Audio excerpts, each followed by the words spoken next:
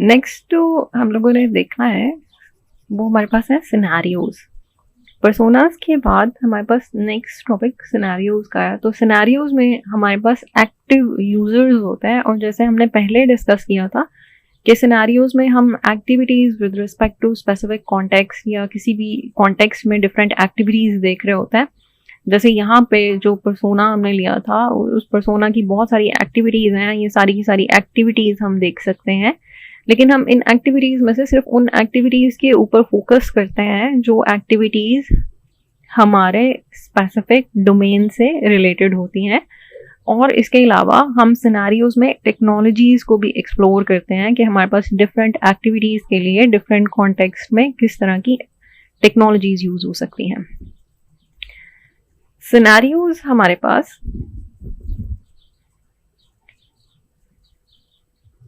एक brief story की तरह होते हैं, जिसमें हमारे पास कोई एक्टिव कैरेक्टर होता है और उस एक्टिव कैरेक्टर के लिए हम एक स्टोरी क्रिएट करते हैं। उस स्टोरी में हम उस पर्टिकुलर पर्सन की एक्टिविटीज को एक्सप्लोर कर रहे होते हैं।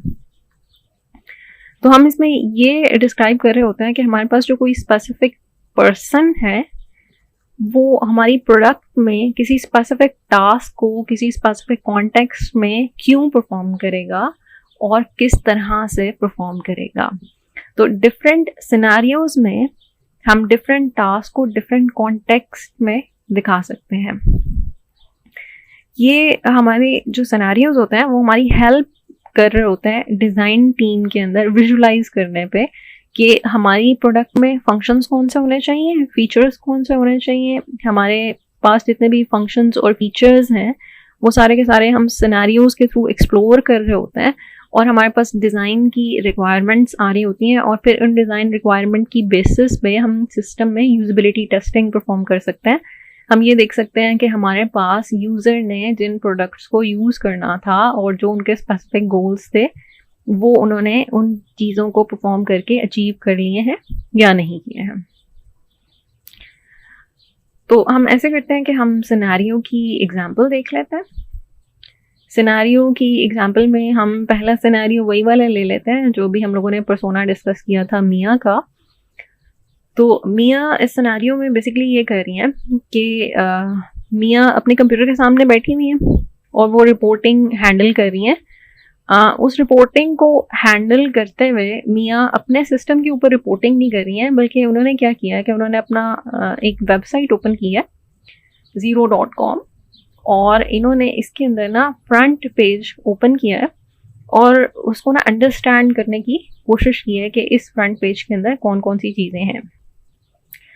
क्योंकि ये एक नई वेबसाइट है मिया के लिए, तो उनको थोड़ा सा डर भी लग रहा है कि पता नहीं वो इससे ठीक काम कर सकेंगी या नहीं कर सकेंगी, यहाँ पे चीज़ें किस तरह से अंडरस्टैंड करेंगी वो। लेकिन एटलीस्ट उनको ये उसके अंदर सही से नज़र आ रहा है कि उसके अंदर जो कलर्स यूज़ हुए हैं और जो उसकी लुक एंड फील आ रही है वो नाइस है। तो शी थिंक्स के कुछ देर में ना इनको इस सॉफ्टवेयर की समझ आना शुरू हो जाएगी।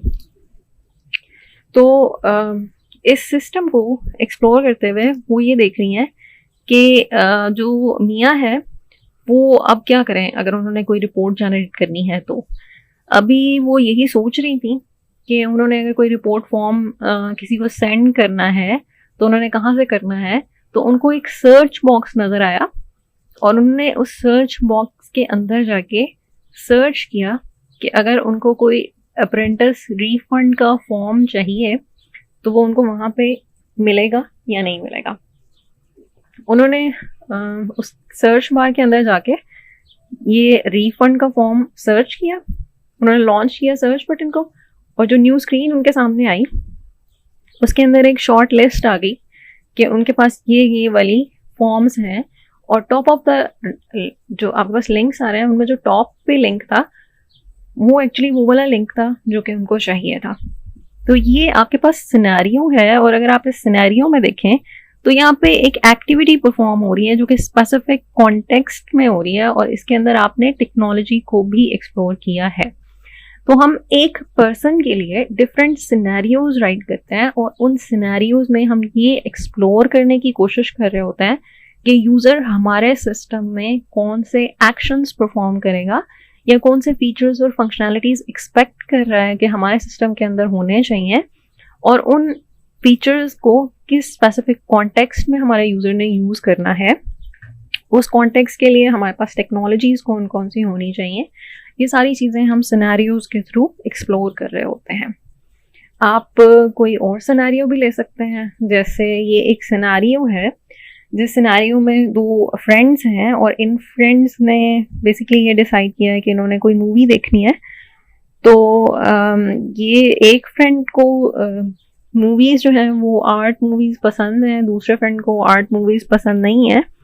तो इन्होंने डिसाइड ये किया है कि before actually watching the movie इनको ट्रेलर्स जो है वो सर्च कर लेने चाहिए। तो उन्होंने वेबसाइट के ऊपर जाके ट्रेलर जो है वो सर्च किया और उन्होंने अपनी मशीन के ऊपर इसको लॉन्च किया। तो उनका जो भी उनका मूवी प्लेयर है, वो मूवी प्लेयर ने उस पर्टिकुलर ट्रेलर को प्ले करना स्टार्ट कर दिया। उन्होंने डबल क्लिक किया उसके ऊपर और उनकी वो वाली मूवी उस प्लेयर के अंदर लॉन्च हो गया। उन्होंने जो बीला है वो उसने ये जो एक फ्रेंड है बीला जिसने कि ट्रेलर डाउनलोड किया है, वो बीला जो है वो बेसिकली क्या करी है कि उसने लंच ब्रेक के अंदर कैफेटेरिया में ईयरफोन्स लगा के और वो ट्रेलर देखना शुरू कर दिया। और जिस तरह आप अगर वीडियो प्लेयर के लिए ये एक सिनेरियो एक्सप्लोर कर रहे हैं कि आपके पास जो भी स्पेसिफिक पर्सन या यूज़र है वो आपकी प्रोडक्ट को यूज़ करेगा, तो वो किस तरह से यूज़ करेगा और उसके अंदर फीचर्स और फंक्शनैलिटीज़ कौन सी होनी चाहिए। तो फीचर्स एंड फंक्शनैलिटीज़ यहाँ पे एक्सप्लोर हो रही हैं कि वो जब उसने मूवी प्ले की है तो वो एरो कीज़ प्रेस कर रही है उसको फॉरवर्ड करने के लिए, उसको बैकवर्ड करने के लिए, और इतनी देर में उसकी जो दूसरी फ्रेंड है वो आ जाती है और वो आके तो वो से पूछती है कि आप क्या कर रही हो। तो वो उसको बताती है कि मैं ना एक्चुअली प्लान करी थी कि हम लोग कोई मूवी देखना चाहें और उस मूवी को एक्सप्लोर करने के लिए, क्योंकि वो आर्ट मूवी थी तो मैंने सोचा कि इसका ट्रेलर देख लेते हैं। वो दोनों फिर क्या करती हैं कि उस ट्रेलर को प्ले करती हैं और उस ट्रेलर को प्ले करके ईयरफोन निकाल देती हैं, क्योंकि वो दो हैं, वो दो पर्सन्स के लिए ईयरफोन में सुनना थोड़ा सा मुश्किल हो जाता है। तो दैट्स वाई उन्होंने ईयरफोन निकाला और जो स्पीकर्स थे उसके ऊपर उन्होंने उस मूवी के ट्रेलर को वॉच करना शुरू कर दिया। एंड देन दे डिसाइडेड कि ये अच्छी मूवी है, they should go to the cinema to watch that movie.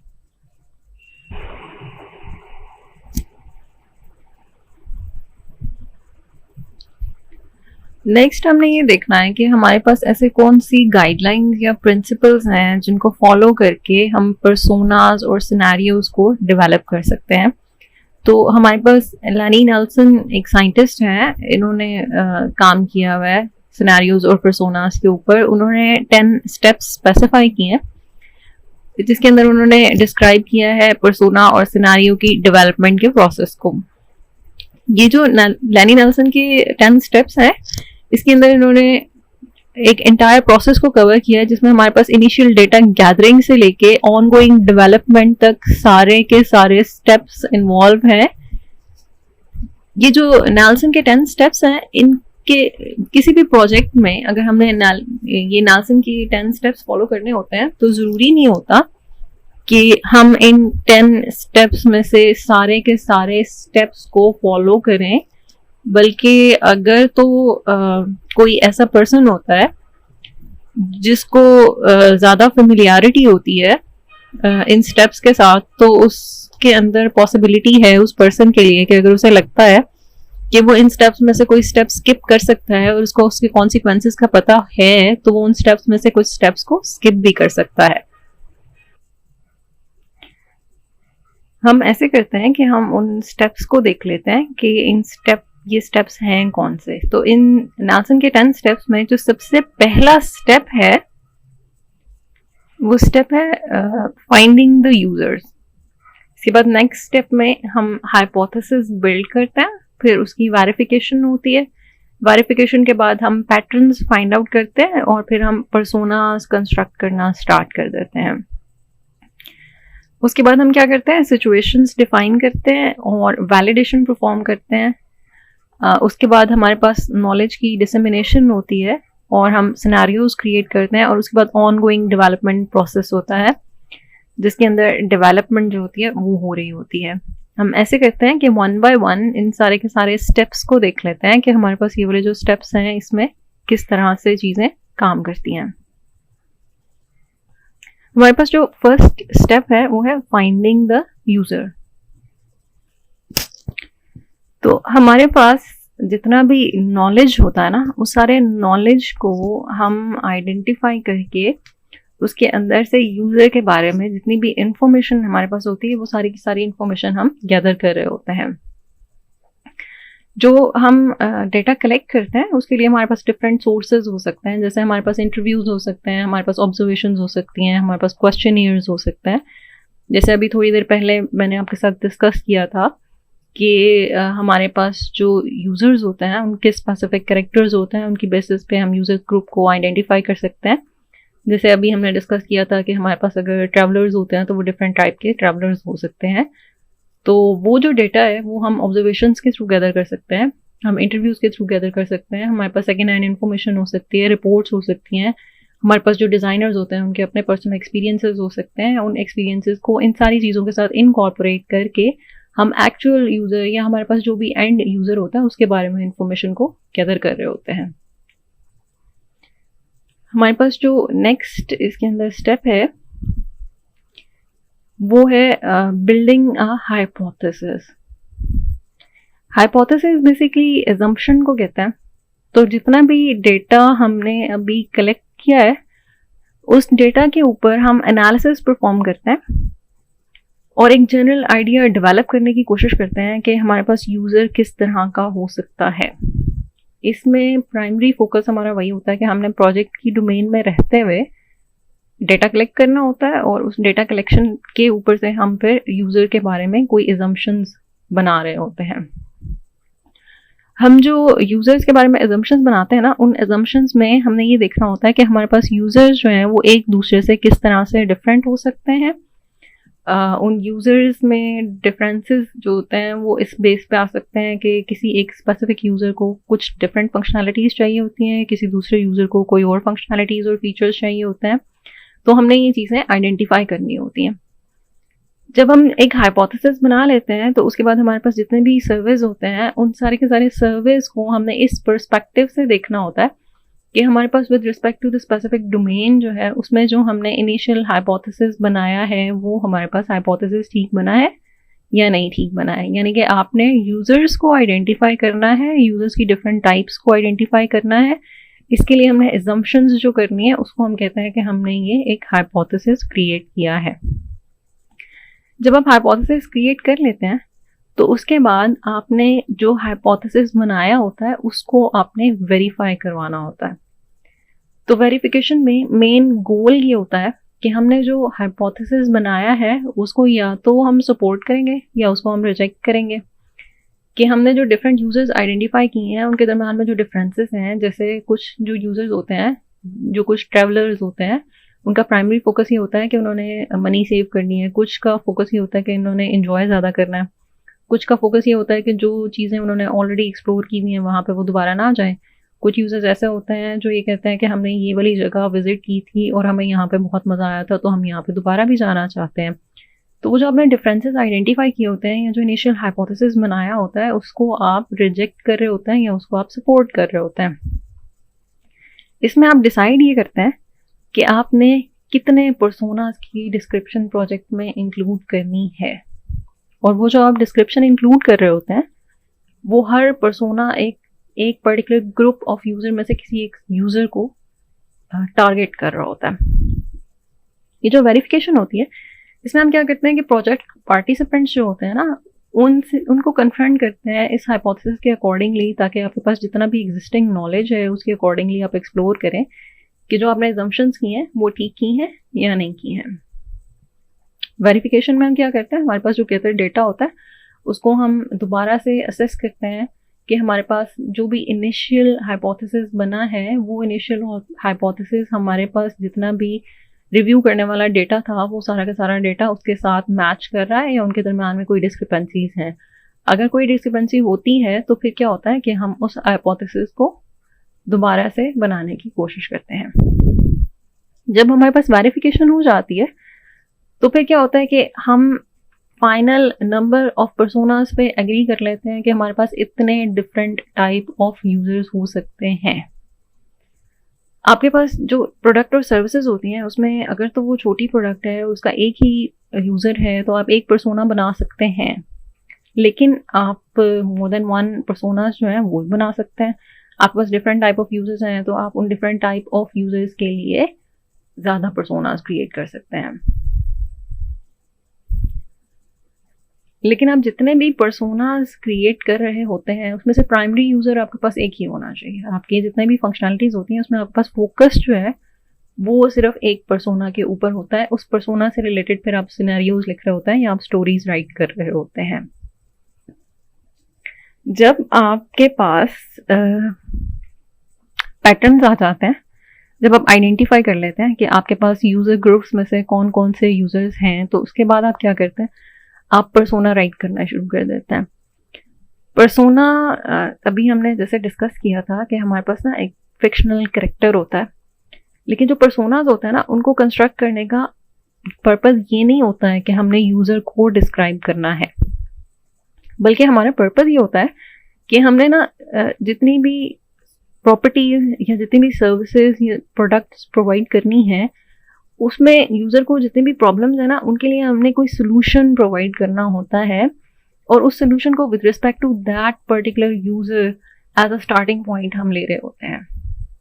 तो हमारे पास जितनी भी पर्सोनाज होती हैं उनको जब हम प्रिपेयर करते हैं तो हमारे पास जितना भी नॉलेज होता है उस सारे के सारे नॉलेज को हम एक्सप्लोर कर रहे होते हैं, ये फाइंड आउट करने के लिए कि जो प्रोडक्ट हमने यूज़र को देनी है उसमें हम यूज़र को किसी भी प्रॉब्लम का सोल्यूशन किस तरह से प्रोवाइड करेंगे। और जितने भी पर्सोनाज हम राइट कर रहे होते हैं ना उसके अंदर हम अंडरस्टैंडिंग ज़्यादा अच्छी रखते हैं ताकि हमारे जो रीडर्स हैं, पढ़ने वाले जो हैं, वो भी हमारे यूज़र्स को अच्छी तरह से अंडरस्टैंड कर सकें कि हमारा यूज़र किस तरह का होगा और वो क्या एक्सपेक्ट कर रहा होगा कि हमारे सिस्टम से उसे कौन सी फंक्शनैलिटीज़ मिलेंगी। जो हमारे पास नेक्स्ट स्टेप है वो है डिफाइनिंग सिचुएशंस का। डिफाइनिंग सिचुएशंस का क्या होता है कि जब हम एक पर्सोना बना लेते हैं या एक कैरेक्टर बना लेते हैं जो कि यूज़र को या पीपल को रिप्रेजेंट कर रहा होता है, तो हम उसके लिए ना सिनेरियोज क्रिएट करते हैं। वो सिनेरियोज क्या कर रहे होते हैं, डिफरेंट सिचुएशन को या एक्टिविटीज़ को डिफरेंट कॉन्टेक्स्ट में देख रहे होते हैं। तो डिफाइनिंग सिचुएशंस में हम क्या करते हैं, स्पेसिफिक नंबर ऑफ सिचुएशंस जो है वो डिफाइन कर रहे होते हैं हम लोग कि हमारे पास यूज़र ने अगर कोई स्पेसिफिक एक्टिविटी परफॉर्म करनी है या कोई फंक्शन एक्टिवेट होगा या ट्रिगर होगा तो वो किस वक्त ट्रिगर होगा, उसकी कौन सी सिचुएशन हो सकती है। तो उस सिचुएशन में हम क्या करते हैं, नंबर स्पेसिफाई कर सकते हैं हम कि इस तरह की सिचुएशन होगी तो हमारे पास ये वाले स्पेसिफिक फंक्शंस ट्रिगर होंगे। तो हम इसमें सिचुएशंस आइडेंटिफाई करते हैं। जब हम सिचुएशंस आइडेंटिफाई कर लेते हैं तो उसके बाद क्या होता है, हम वैलिडेशन परफॉर्म करते हैं कि जो नंबर ऑफ सिचुएशंस हमने आइडेंटिफाई की हैं वो उस ऑर्गेनाइजेशन के लिए एक्सेप्टेबल है या नहीं है जिसके लिए हम ये प्रोडक्ट बना रहे हैं। तो हम क्या करते हैं, ऑर्गेनाइजेशन को वो सारी की सारी सिचुएशन दिखाते हैं और फिर उनसे एक्सेप्टेंस लेते हैं क्या क्या क्या यही वाली सिचुएशंस हैं जिनमें इस प्रोडक्ट के अंदर कुछ स्पेसिफिक फीचर्स लॉन्च होंगे या ट्रिगर होंगे, या इसके अलावा कोई और फीचर्स और फंक्शनैलिटीज़ भी हो सकती हैं या कोई और सिचुएशंस भी हो सकती हैं, या हमने उन सिचुएशंस को गलत अंडरस्टैंड किया है। तो जो ऑर्गेनाइजेशन है वो उस चीज़ को वैलिडेट कर रही होती है। इसमें हमारे पास फोकस ये होता है कि हमारे पास जितने भी पार्टिसिपेंट्स हैं वो एग्री करें किसी एक डिस्क्रिप्शन के ऊपर और एक सिचुएशन के ऊपर। ये जो हम पर्सोनास की डिस्क्रिप्शन दे रहे होते हैं या जो हम सिनेरियोज के लिए सिचुएशंस दे रहे होते हैं, इसमें पार्टिसिपेंट्स का एग्री करना बहुत ज़रूरी होता है। तो हम बेसिकली वैलिडेशन से सारी ऑर्गेनाइजेशन को और पार्टिसिपेंट को एग्री करवा रहे होते हैं सिचुएशंस और डिस्क्रिप्शंस पे। नेक्स्ट हमारे पास जो स्टेप होता है वो होता है डिसेमिनेशन ऑफ नॉलेज। यानी कि जब हम पर्सोना की डिस्क्रिप्शन ले लेते हैं और हम सिचुएशंस आइडेंटिफाई कर लेते हैं तो उसके बाद हमारे पास ये वाला जो नॉलेज होता है ना, इसको हमने डिस्ट्रीब्यूट भी करना होता है लोगों के अंदर। तो नॉलेज डिस्ट्रीब्यूशन के लिए ना कोई मेथड स्पेसिफाई करना होता है कि हमारे पास ये स्पेसिफिक मेथड होगा जिसमें हम जितने भी हमारे पास स्टेक होल्डर्स हैं या डिज़ाइनर्स हैं या हमारे पास जो ऑर्गेनाइजेशन में यूज़र्स हैं वो इस नॉलेज को किस तरह से यूज़ करेंगे या इसको व्यू करेंगे। क्योंकि बहुत सारे लोग ऐसे होते हैं जो डायरेक्टली इसके अंदर पार्टिसिपेट नहीं कर रहे होते हैं, या जैसे कोई नया टीम मेंबर टीम में इन्वॉल्व होता है तो उसको उन सारी चीज़ों के बारे में पता होना चाहिए जो कि पहले से चल रही होती हैं, जैसे पर्सोना की डिस्क्रिप्शन होगी या सिचुएशंस हो गई। तो ये सारा का सारा नॉलेज जो होता है ना, इसको डिस्ट्रीब्यूट करने के लिए कोई मेथड स्पेसिफाई करते हैं कि अंडरलाइंग डेटा को आपने यूजर्स को या पार्टिसिपेंट्स को एक्सेस किस तरह से प्रोवाइड करनी है। नेक्स्ट स्टेप में हमारे पास होता है क्रिएटिंग सिनेरियोज, यानी कि जब हम सिचुएशंस आइडेंटिफाई कर लेते हैं, हम नॉलेज पार्टिसिपेंट्स के दरमियान डिस्ट्रीब्यूट कर देते हैं, तो फिर हम क्या करते हैं कि पर्सोना से सिचुएशंस बनाना शुरू कर देते हैं और उन सिचुएशंस में पर्सोना के एक्चुअल बिहेवियर्स को डिफाइन करते हैं। हमारे पास जो पर्सोनाज होते हैं उनकी अपनी कोई वैल्यू नहीं होती अनलेस कि हम उनको किसी सिनेरियो में यूज़ ना कर रहे हों। अगर हमारा कोई पर्सोना किसी सिनेरियो में यूज़ नहीं हो रहा होता तो इसका मतलब ये होता है कि वो पर्टिकुलर पर्सोना या वो पर्टिकुलर कैरेक्टर हमारे सिस्टम का यूज़र नहीं है। तो सिनेरियोज जो होती हैं वो शॉर्ट स्टोरीज होती हैं और इसमें कोई मेन कैरेक्टर होता है जो कि पर्सोना होता है, उसकी एक सेटिंग होती है। सेटिंग का मतलब ये होता है कि जहाँ पे वो सारे के सारे एक्शंस परफॉर्म होने होते हैं। इसके अलावा उसमें एक गोल होता है। गोल का मतलब ये होता है कि आपने पर्सोना जो है उसने कुछ ना कुछ अचीव करना होता है, तो जो एट द एंड उसने वो चीज़ अचीव करनी होती है वो उसका गोल होता है। इसके अलावा उस गोल को अचीव करने के लिए उस पर्सोना ने कुछ एक्शंस परफॉर्म करने होते हैं, वो एक्शंस इसके अंदर होते हैं। और इसके अलावा जो भी वो काम कर रहा होता है उस काम को करने के लिए उसको कुछ ऑब्स्टेकल्स और हिंडर्स भी आ सकता है, कुछ मुश्किलात भी हो सकती हैं। तो आपने वो ऑब्स्टेकल्स उसके अंदर रखनी होती हैं, जैसे वॉल्यूम अप करना है या डाउन करना है, तो ये सारी चीज़ें आपने उसके अंदर एज एन ऑब्स्टेकल रखनी होती हैं। अच्छा जी, इसमें जो लास्ट स्टेप होता है वो ऑनगोइंग डेवलपमेंट का होता है। तो हमारे पास जब भी डेवलपमेंट हो रही होती है ना, ऑनगोइंग डेवलपमेंट होती है, उसके अंदर क्या होता है कि आपकी ऑनगोइंग डेवलपमेंट में ये होता है कि आप डेवलप कर रहे होते हैं सिस्टम को और आप यूज़र को सर्विसेज प्रोवाइड कर रहे होते हैं। तो अगर तो ये लॉन्ग टाइम डेवलपमेंट होती है तो इसका मतलब ये होता है कि हमारी जो डेवलपमेंट होती है उसके अंदर जो हमारे पास पर्सोनाज होते हैं उनकी डिस्क्रिप्शन चेंज होने के चांसेस होते हैं। तो जो डिस्क्रिप्शन होती है हमारे पास पर्सोना की, उसको हमें रिवाइज करना चाहिए regularly, at least once a year आपको उसको रिवाइज करना होता है। अच्छा, अब हमारे पास जो पर्सोना से रिलेटेड इंफॉर्मेशन होती है, जो न्यू इन्फॉर्मेशन हम उसके अंदर ऐड करना चाह रहे होते हैं, या हमारे पास जो भी इंफॉर्मेशन होती है जो कि हम पर्सोना से रिलेटेड मॉडिफाई करना चाह रहे होते हैं, उसको मॉडिफाई करने के लिए ना हर बंदा उसको एक्सेस करके मॉडिफाई नहीं कर सकता, क्योंकि अगर हर कोई एक्सेस करके उसे मॉडिफाई करने लगे तो फिर हमारे पास पर्सोनास के बहुत सारे वर्जन आना शुरू हो जाएंगे और कन्फ्यूजन होने लगेगी कि हमारा यूज़र एक्चुअल यूज़र है कौन सा। तो देयरफॉर उसमें हमारे पास ना पर्सोना एम्बेसडर्स होते हैं। पर्सोना एम्बेसडर्स जो होते हैं सिर्फ वही प्रोडक्ट के अंदर पर्सोनास को मॉडिफाई कर सकते हैं, और जो डिसीजंस होते हैं ना वो पहले लिए जाते हैं इस चीज़ के बारे में कि डिस्क्रिप्शन को रीराइट करना है या आपने नया पर्सोना ऐड करना है, या आपके पास जो भी पर्सोनास हैं उसमें से आपने कुछ चीज़ें एलिमिनेट करनी है या पूरे पर्सोना को एलिमिनेट करना है, या आपने कोई नया पर्सोना इंट्रोड्यूस करवाना है। तो ये डिसीजंस लेने के बाद जो एम्बेसडर्स होते हैं, पर्सोना एम्बेसडर्स, वो इसके अंदर मॉडिफिकेशंस परफॉर्म कर रहे होते हैं।